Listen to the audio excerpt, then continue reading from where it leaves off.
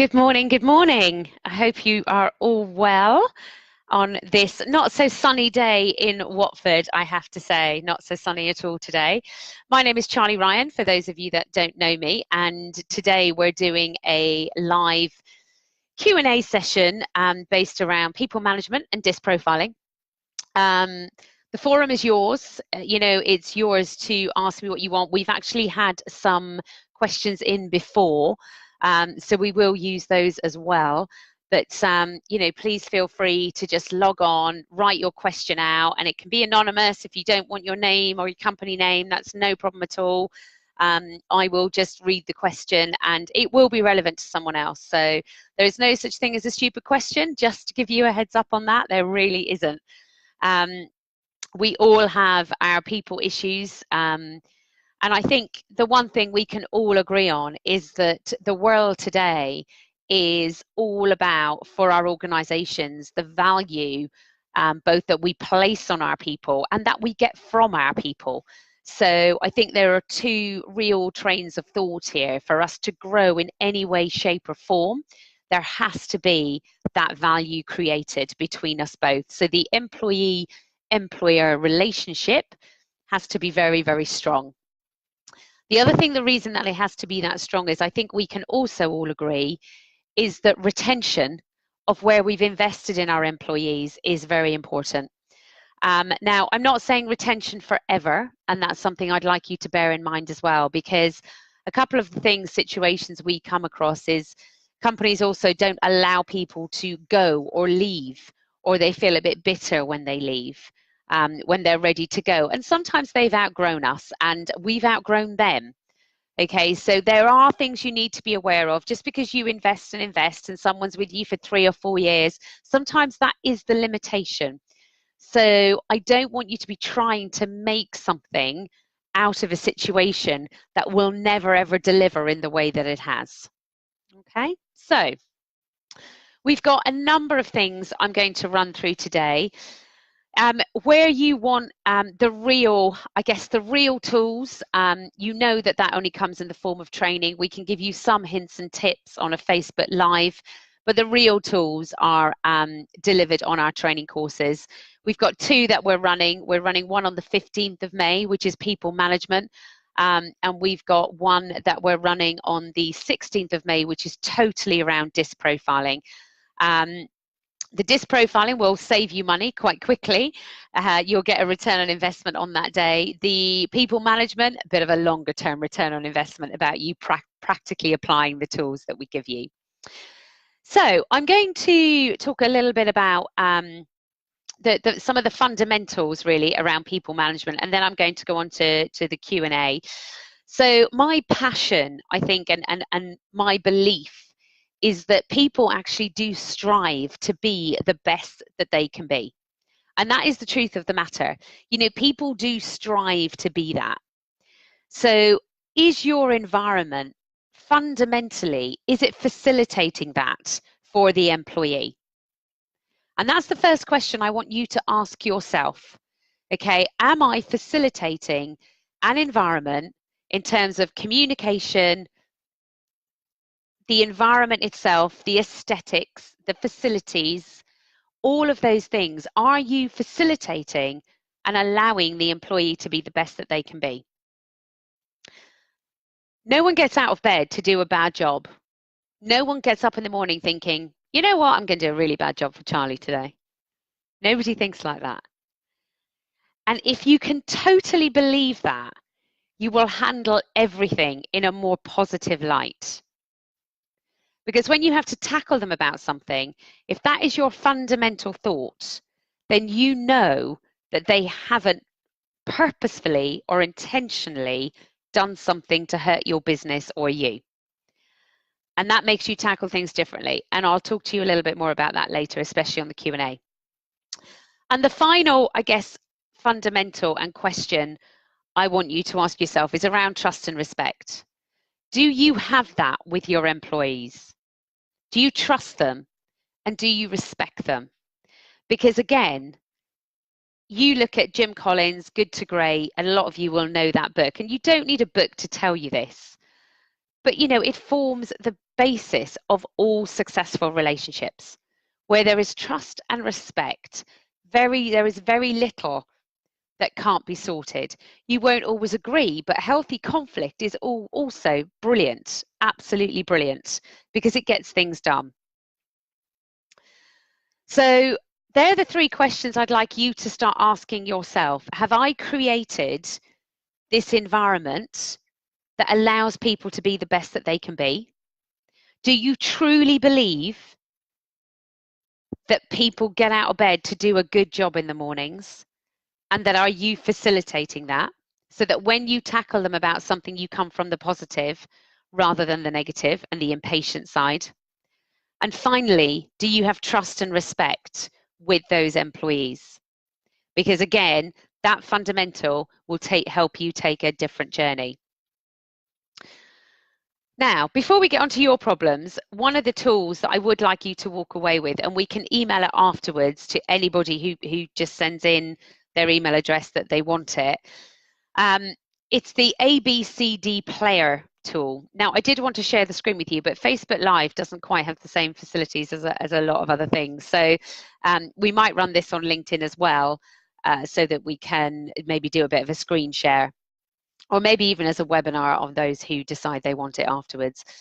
But the ABCD player framework, and what that is it's about you boxing your people as to whether or not they are high performance, low performance, great attitude, or poor attitude. And when you plot them on a box, there is nothing like the clarity of your thought. Don't worry about evidence of your thought, because you can find that later. But get them plotted so you know where they sit on the ABCD player framework. Once you know that, there are 4 further things you are then able to do with those people. Here are your following questions. Do you train them? Or do you support them? Or do you remove them? Or do you grow them? Simple as that. Dependent on where they are on that ABCD player framework, performance and attitude, do you train them, support them, grow them, or remove them? Sounds harsh, I know. Sounds clear cut, I know. But trust me, when you start looking at it like that, your decisions, there's just a reassurance that you know why you think that about somebody. And now you're in a position to go, can I change it? Can I change it to allow this person to be the best that they can be? And you might not be able to. And that's okay too. But at least it's recognizing that decision. And why should you be putting lots and lots of time into something that will never reap the rewards for you or for them? This isn't just about you, but for them as well. Why should they stay somewhere where they can't be the best that they can be? So they're the things that I want you to start thinking about. And on our course, you spend a lot of time on this, and you have an action plan for these people when you come away, so that there's clarity in what you're now going to do to either make them the best that they can be, so you've got a fantastic partnership, or you know that you need to remove them. Now, don't get me wrong, sometimes we can't remove people straight away because their skill is so amazing, but their attitude is poor. And we need them, and we know we need them. But at least in the short term, you start to come up with an action plan of an exit strategy in your mind. So you succession plan. If we lost them tomorrow, next month, 2 months' time, what is the support network in place to deliver? Okay. Where there is trust and respect, we always give benefit of the doubt. And I'm going to talk through an example now that you might have with any of your employees. Maybe lateness is a problem for you. There are lots of different problems we have. Lateness is conduct, so it's a lot easier to tackle because there's evidence. Attitude is harder, it's softer. So I think that, you know, that can be quite difficult. We've got questions coming in now as well. So we've got the pre-ones, and I'll tackle this one shortly as well. Let's talk about lateness, and everything I share and do is everything I've experienced firsthand, which is where the value is in any of the training that I deliver for those of you that know me. But we did have an employee who actually was never really late, and then they started to be late. And I trusted and I respected her. And she was only a couple of minutes late, but late is late. And it's very important that you uphold your business expectation in general. So I decided when she was late a few times, and she always came in and you know, and would be rushing in the door at 9:02. And everyone in the business would see it because we're an open plan office. Um, and I just sat her down and I just said to her, "What's going on? What's making you late?" And she explained, you know, she had an ill dad at home, which we knew about anyway, but there was now pressure on because of the different carer situation that she couldn't leave until a certain time because of those carers coming and the handover. Now, sometimes that meant they were fine and she'd be on time, and sometimes it meant, you know, because if they were 10 minutes late, she'd be 10 minutes late. So, or a few minutes late if they were 10 minutes late. So we sat down and we agreed a different start time, because actually 15 minutes in the morning with something where she's got something going on when I know I've got cover in the business from the start time wasn't really an issue. So we changed her start time. We didn't have to change her remuneration package because she was someone who her hours of work, really, it was easier to change them to make her 15 minutes later start and 15 minutes later finish. And we could accommodate that because she was always here anyway and it made no difference to her. But I would say, you know, have you thought about that? Because actually, what difference does it make to you? And of course, what that then allowed us to deliver was a message to the rest of the business saying X's start time is 9:15. So now when she rolled in at 9:05, everybody knew she wasn't late. And that's the principle, really.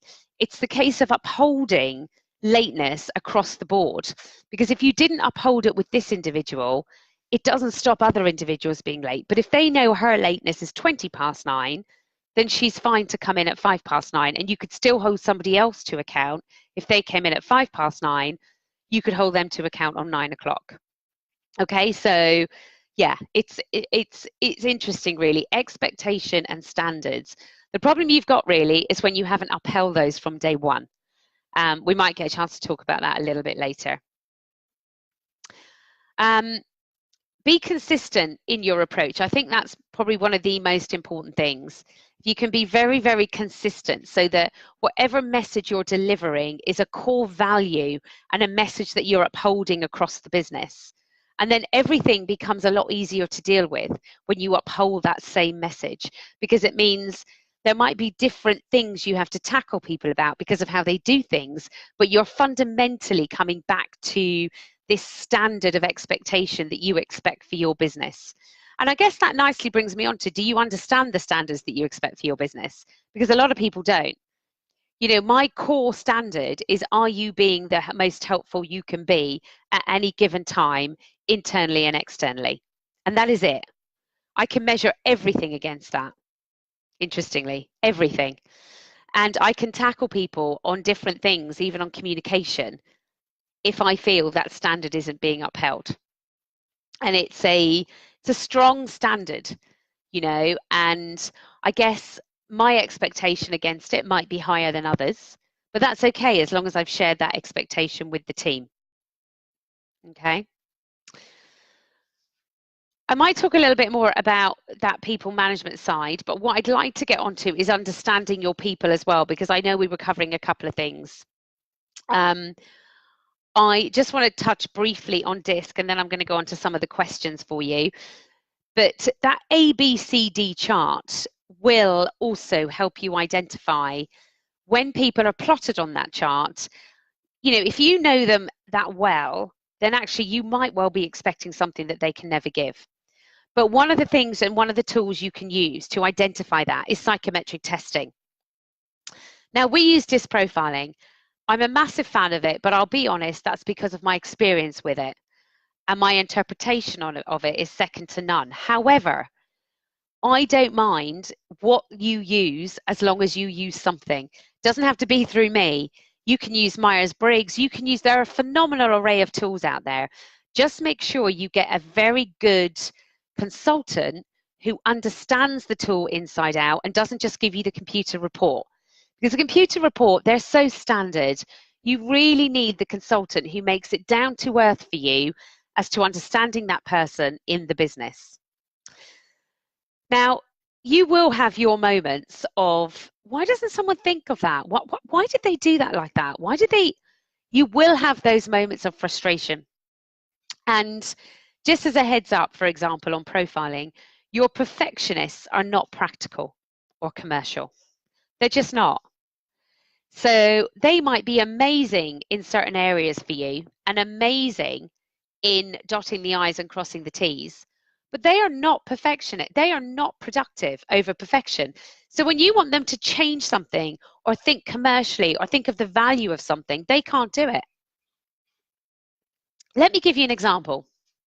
Let me give you a personal example, actually. Let's not go the work route here. I spoke to somebody yesterday and they were a perfectionist over production, over being productive. And we know that in a business, we need to be productive over perfection. Now, they said to me, yeah, I committed to clean the car on the Sunday morning. I'd said to somebody I would do it, so I had to do it. Now, in their mind, they'd created that list, they'd committed to when they were going to do it. Therefore, they couldn't shift from that. They couldn't engage the brain to change something because something might be different. And it was raining on that Sunday morning. And this perfectionist still cleaned the car in the rain. Now, I've asked them eventually when we got chatting about it, I asked them the question, how would the job that you did have been of more value to somebody? What could you have changed about that job that might have delivered a greater value to somebody? And they struggled to get it. Now, eventually they got it and they said, I guess if I'd done it in the sun. Okay. And when was it sunny on Sunday? In the afternoon. And he said, well, I still did a good job. How good a job could you have done in the rain? Well, obviously I couldn't polish it. There was no point because it's raining. Right. Okay. So you did a perfectionist job to the utmost of what you could have done in that situation. But actually, the real commercial value to the person you were doing it for would have been to change when you decided to do it and do it in the sun. Now, this person cannot think like that. They just can't. They can't reprioritize. They can't get in line when something's changed because they've got their list and there's a rigidity about it. And when you understand that about the person, you as a manager can create the reprioritization by setting new rules. So for example, if I'd been delivering that task to the person, I would have set the rule of, but if it's raining, don't do it. Rearrange the time until we've got good weather. Okay, because that person loves following rules and knowing what's expected of them. And when you have a DISC profile or a psychometric test, you know this in advance about a person. Your expectations are much, much better. So DISC or any psychometric will deliver on the fact that you can identify what you need to know about that employee, so then you know what you need to do to allow them to be the best that they can be. And probably the bigger thing is it delivers to you. How well do you know yourself and what's expected of you by others? How consistent are you in your approach? And DISC will tell you all of this. Personally, anyone who knows me, you know what a low S I am. I'm pillar to post, I'm fly by the seat of my pants, I'm lastminute.com. I can talk my way in and out of everything because of my high I and my low S. I appreciate that's jargon to some of you. But I have had to slow down once I had a team in place to deliver for that team and set expectation and be consistent. I struggle with that, of course I do, when my natural stance is speed and reaction, and that creates the excitement for me. But it's not about me when I'm growing a business. It's about my people. And I have to allow my people to be the best that they can be so that I am able to grow my business.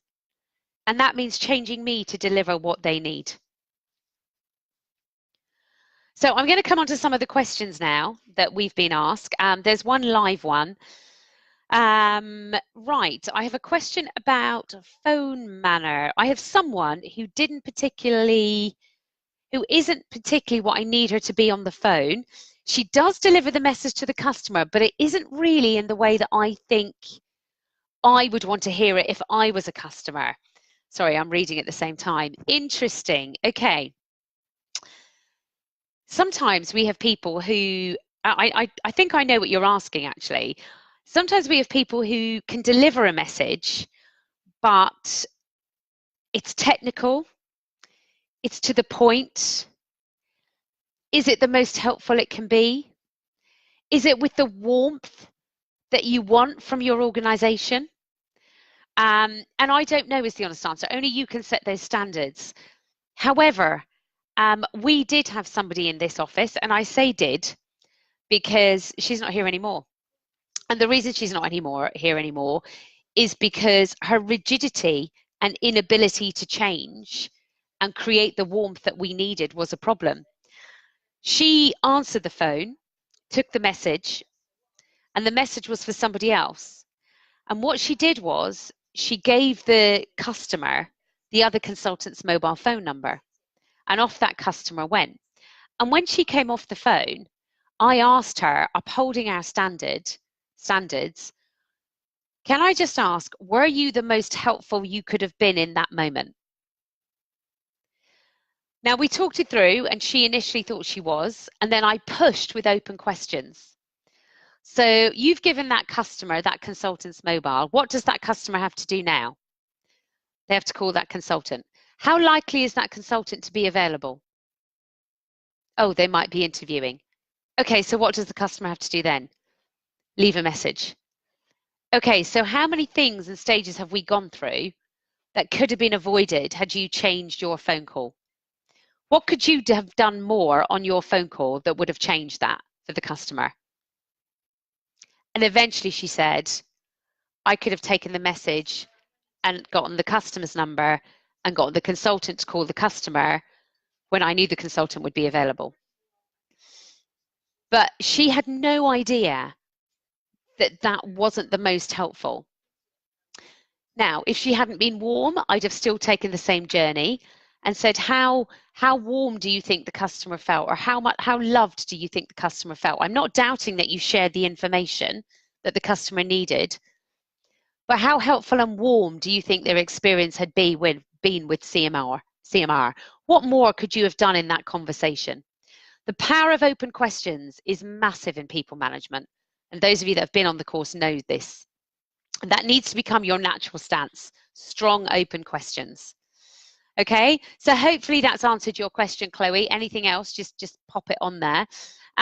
We've got another couple as well just coming through, so bear with me because I need not coming through. Sorry, we had them before, but I need to read them because they came in prior to the Facebook Live that we are on. So let me just get them.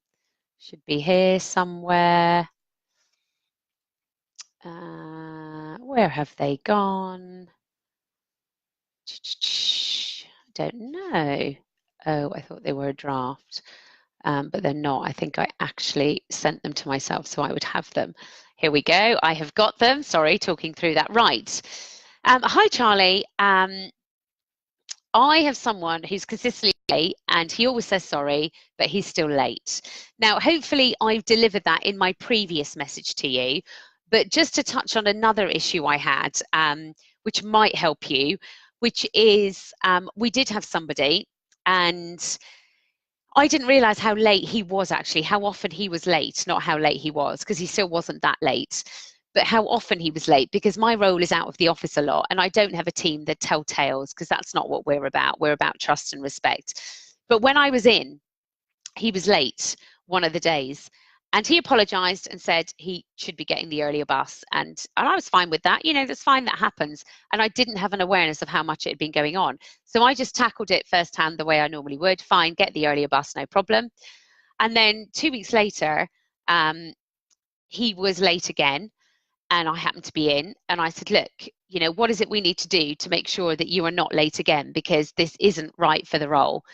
And he said, no, sorry, it won't happen again. Yeah, I just need to make, and I said, fine, we'll do it. You said you will, so do it. And then he was late again. And I was in and I tackled it again. But this time I tackled it, number one, in open plan.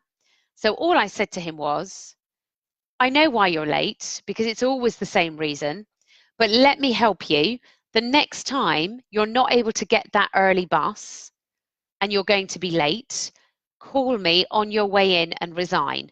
Because what I cannot do is have you thinking that it's okay to be late for us, because it's not.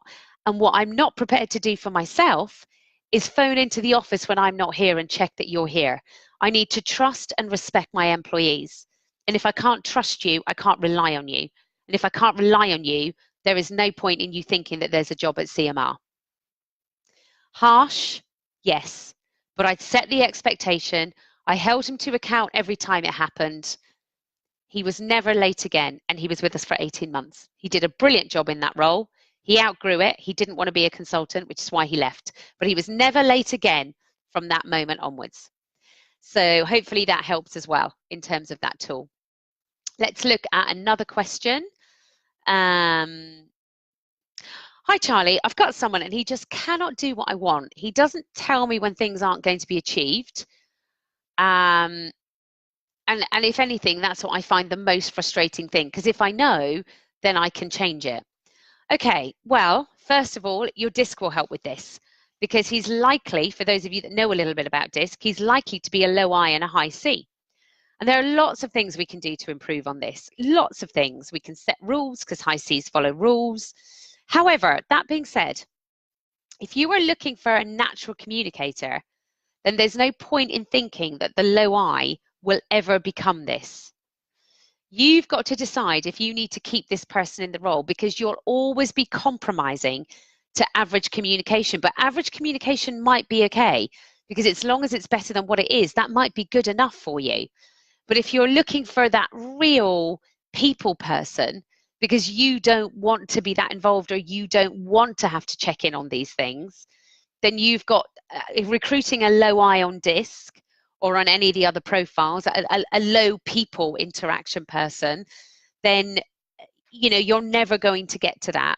So make a decision on the business as to either lower your expectations because you want to keep this person because he gives you so much in other ways, or you know that that person will never become the best that they can be in that role, and do yourselves both a favor and decide that that role isn't going to work for that individual, and he can be somewhere else being the best that he can be in a role that doesn't have that expectation about him, for him.